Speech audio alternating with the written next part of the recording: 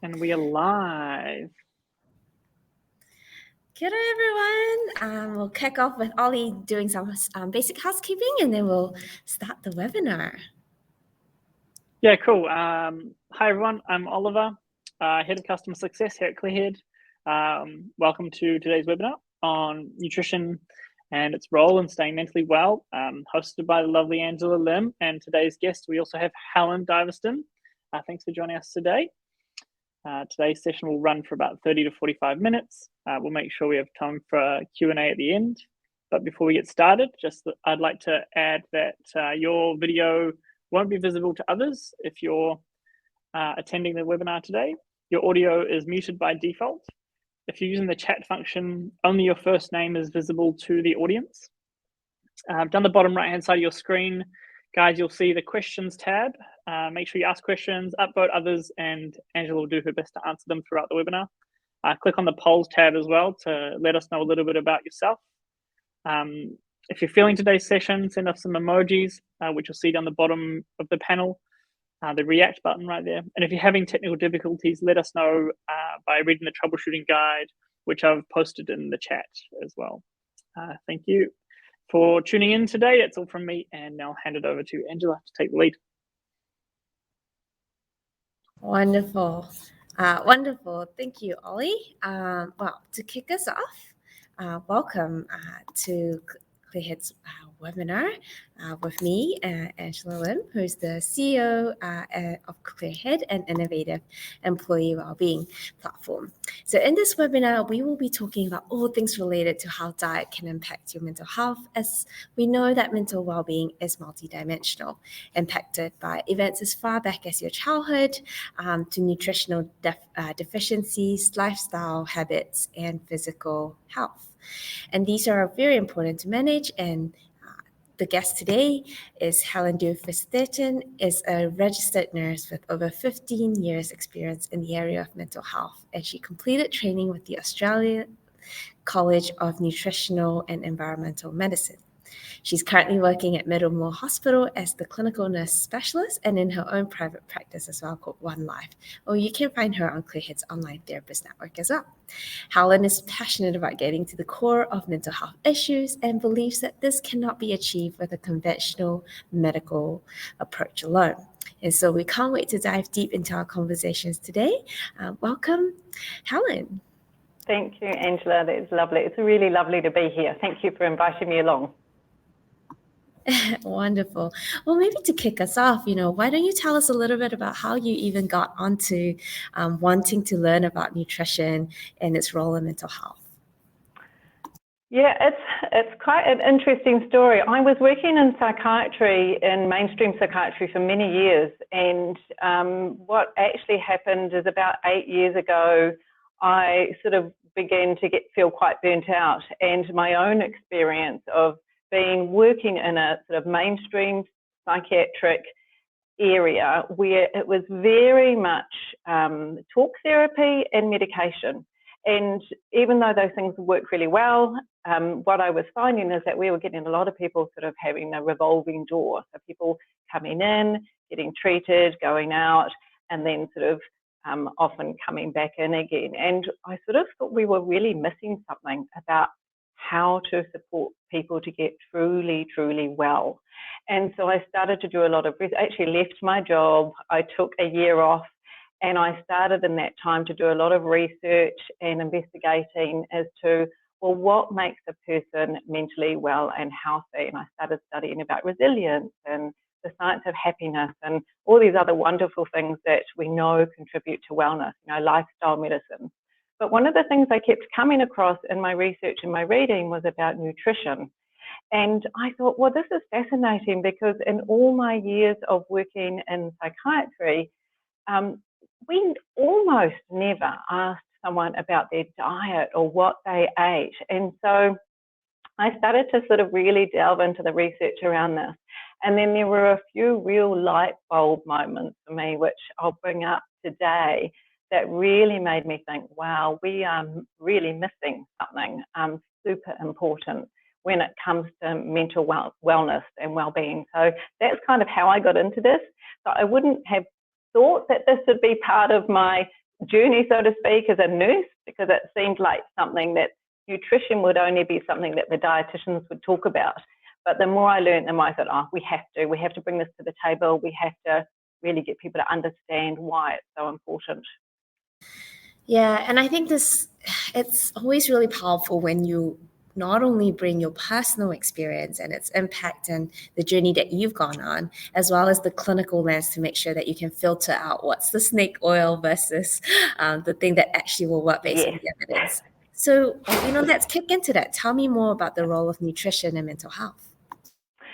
So one of the things I found when I was reading all the research is that there's just this very high correlation between a junk food diet, and a junk food diet is around, highly processed foods, lots of takeaway foods, that sort of thing. So there's this wonderful correlation between a junk food diet and poorer mental health. So if you have a very poor diet, you're going to have increased rates of depression and anxiety. So the research was really, really clear about that. And I started to sort of think, well, is this just because people who are depressed then don't have the energy to cook well and eat well? So then in about 2017, there was a wonderful study published called the SMILE study. And what they did is that they took a bunch of people, there were about 60 or so people who were diagnosed as having a depression, and they gave half of them what they call a modified Mediterranean diet. So they changed their diet from what was considered a STAT diet, which was a standard Australian diet because it was an Australian study, and they got them to have a modified Mediterranean diet and monitored them for 12 weeks. And then at the end of 12 weeks, they reassessed them, and what they found is that over 30% of the people that changed their diet were no longer depressed. So this diet really started to give us an indication that actually what you eat can make a difference to how you feel and have a big difference on your mental health. Yeah. That is really powerful, isn't it? That's not just like, 5%, it's almost like half the people who made the change really had that impact. Maybe tell us a little bit about like what's a standard Australian diet and what's a Mediterranean diet, so we actually know what the difference is as well. Sure. So the standard Australian diet is often otherwise referred to as the Western diet, and it's generally quite high in processed foods. There's probably a little bit too much meat, a little bit too much takeaways. So it's really a diet that is quite far away from what our sort of great grandparents, for example, would have eaten.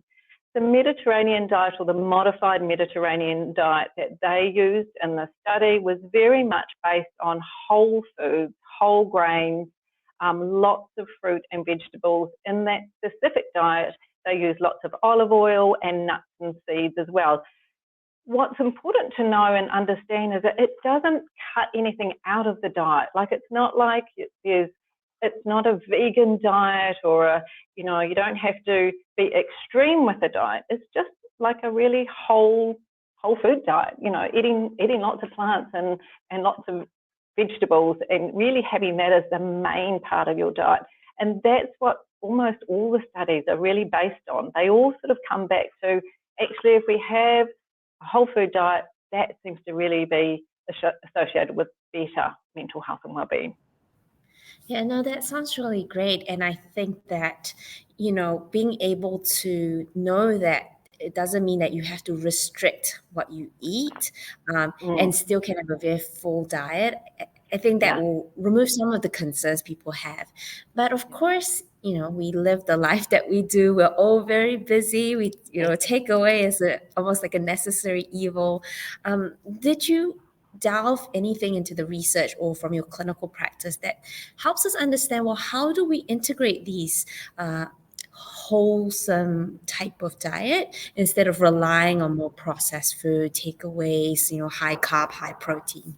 I think it's, Angela, I think it's about keeping it very simple and not getting too tied up with, because, people can get really tied up in, it's keto, or, I have to have certain amount of fats, carbs, and proteins. I really think it's about keeping it simple. And so if you can ensure that your diet, if you can really just make sure that most of your food, it's not all of your food, but most of your food, if you can cook at home, for example, and you know what's actually going in your food, that's something that in itself will be really supportive to your mental health and well-being.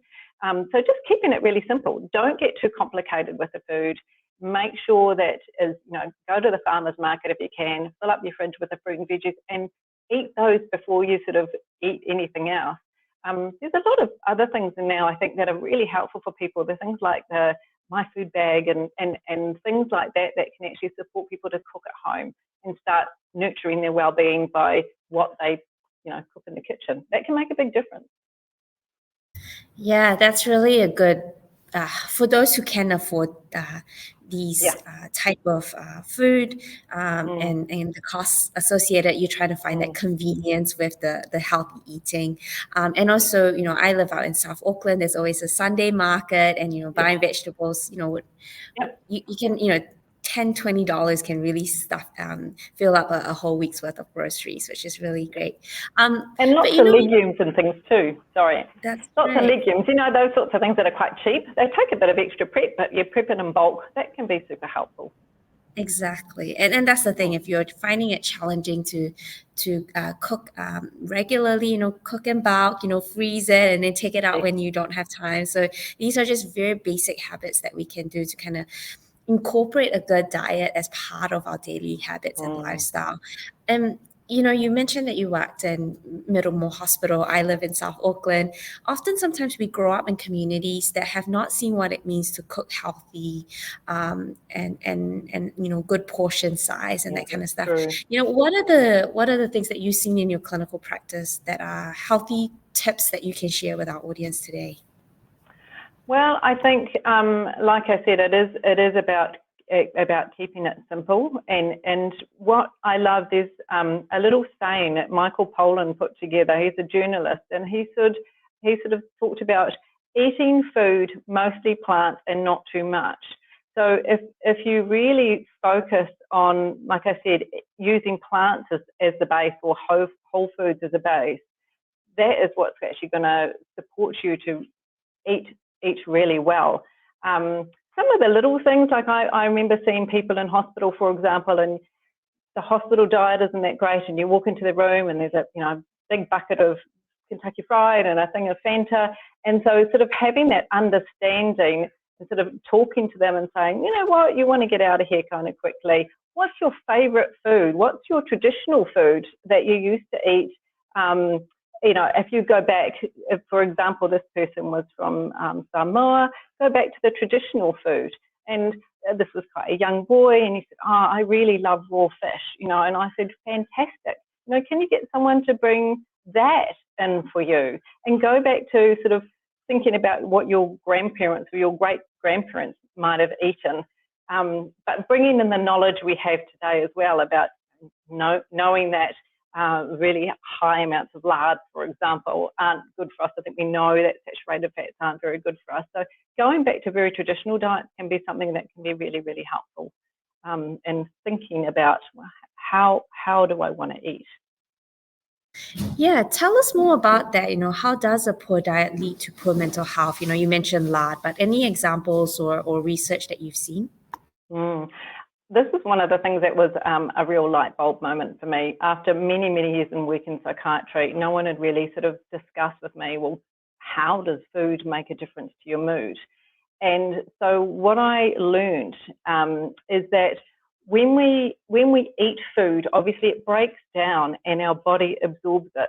One of the things that neurotransmitters, so we hear about these things called neurotransmitters. We've often heard about this thing called serotonin, which is one of the neurotransmitters that some of the antidepressants target. Serotonin is known as kind of the happy hormone or the happy neurotransmitter. And how it's made in our body is actually made from proteins that are broken down into amino acids. So we eat food that contains proteins, and obviously with proteins we think of meat, but it can also be whole grains and tofu, so it doesn't always need to be a meat source. Comes into our body, gets broken down, and then those little amino acids need the cofactors of vitamins and minerals to actually transform themselves into a neurotransmitter such as serotonin. So if you're not eating some of the nutrients that your body needs to create these neurotransmitters, you're not actually going to be producing enough neurotransmitters to keep you mentally well. And one of the things that's really interesting is that people that have low folate levels, so folate is one of the B vitamins, and it's in green leafy vegetables. We get most of our folate from green leafy vegetables. If we don't have reasonable levels of folate, we are less likely to respond to our antidepressants. So if you go along to, to your GP, you're not feeling very well, and the GP puts you on an antidepressant, if you've got really low folate levels, it might be that that antidepressant doesn't work so well. So we need to sort of understand a little bit about how those nutrients actually help us make neurotransmitters.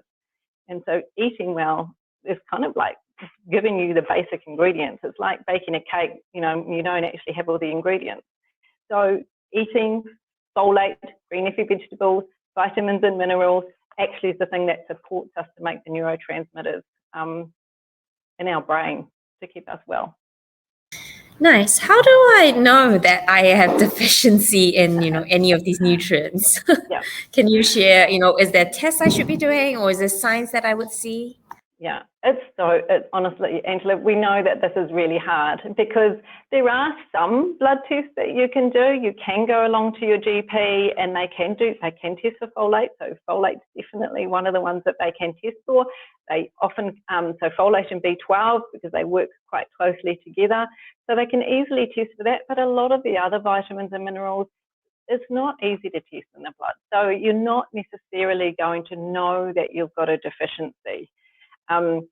What you can do is, we all know how we feel, and I think that anybody that's sort of struggling with fatigue, with poor wound healing, so if you get a scratch or something on your body and you find that it's taking quite a long time to heal, some of those sorts of things can indicate a vitamin deficiency. There are some really common vitamin deficiencies that we know people struggle with, and there's some research that says that people that are admitted to a sort of a psychiatric unit, 75% of them have low vitamin D levels, for example. So vitamin D is mainly from sunshine. It's exposing our skin to the sun, and we know that a large percentage of people in the psychiatric units are very low in vitamin D. So some of these deficiencies aren't easy to detect, but I really suggest that if you're struggling with fatigue, low mood, definitely pop along to your GP and ask for some tests to be done. Yeah, it's a real tricky one, and I think a lot of people also have got post-COVID fatigue, and that's something as well that people are really struggling with, and that can also affect our mood and well-being.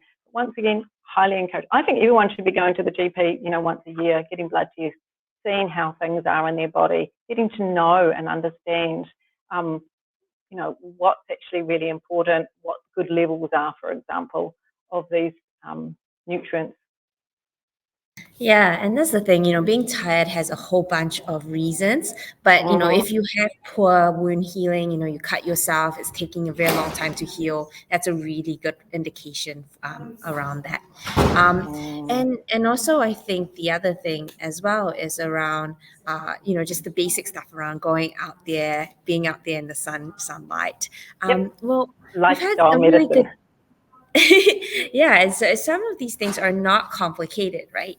Yeah, absolutely. Some of the things that I think that are most beneficial are actually really simple. Going outside, going for a walk, eating good food. I always consider them the pillars. They're the pillars of physical health, and they're the pillars of mental health. Good sleep, good nutrition, and movement. Yeah, wonderful. Well, we've had a really good run through so far on the basics. Is there anything else you'd like to share with us, Helen? And while you're doing that, maybe if anyone in the audience have questions, please send them through, and we'll move into Q&A. Sure. I think one of the things that I often get asked is what sort of supplements might be helpful for people. And this is also a really tricky one, because one of the things that's really important to understand is that we're all individual and we all have different reasons why we might be struggling with our mood. So for some people it is a nutrient deficiency, but for some people it's something completely different. So it's not easy to just blanket say, oh yes, take zinc and you'll be fine, or take a B vitamin and you'll be fine. So it's not as easy as just saying, well, take a supplement or do this one change. And this is where it's important to start to sort of investigate a little bit about all the factors that might be impacting on your mental health and well-being. That it's not simply one thing. It could be many things, and we need to approach mental health and well-being from a really holistic way and take in all aspects of our brain and body health, as well as you mentioned right at the beginning, what we sort of grew up with, and the traumas that we might have experienced and how that might have also impacted our mental health and well-being. So when it comes back to sort of looking at supplements, once again, I would highly recommend that you go to your GP first, rule out to see if there's any obvious deficiencies. But there's been some really lovely research that came out just in March this year, actually, which looked at all the multivitamins or the specific nutrients, and also some of the herbal medicines that have been found to be good for depression and anxiety. And one of the things that have come out quite regularly is zinc. Zinc seems to be one thing that people are often deficient in, and has found to make quite a bit of difference to people that have mental health issues. The B vitamins are often quite good for people who have experienced stress, for example. And then there's a couple of other herbal medicines that have been found to be good for people suffering from depression or anxiety. Really important to check your GP before you start on any of those, because some of the nutrients or vitamins can affect medication that you take. So it's really important to get that sorted as well. Yeah, no, that's really great. That's good advice. Talking to your GP first, seeing if the GP is picking up anything else. So you wouldn't necessarily recommend a standard of vitamin or supplement. I guess that's what most people want to just, pop a pill and then, oh, I'm done. For some people I do, for some people definitely, if I hear their story and I'm concerned, especially because, like I mentioned, sometimes when you are very depressed, it's very hard to have a good appetite. Your appetite is really affected quite badly, and same with your anxious. So definitely for some people I will say, look, you haven't been eating well for a long time. I can see that you don't have an appetite. It might be helpful for a short amount of time to actually take an extra supplement. But it's like everything. It's the same as whether you're taking antidepressant or not.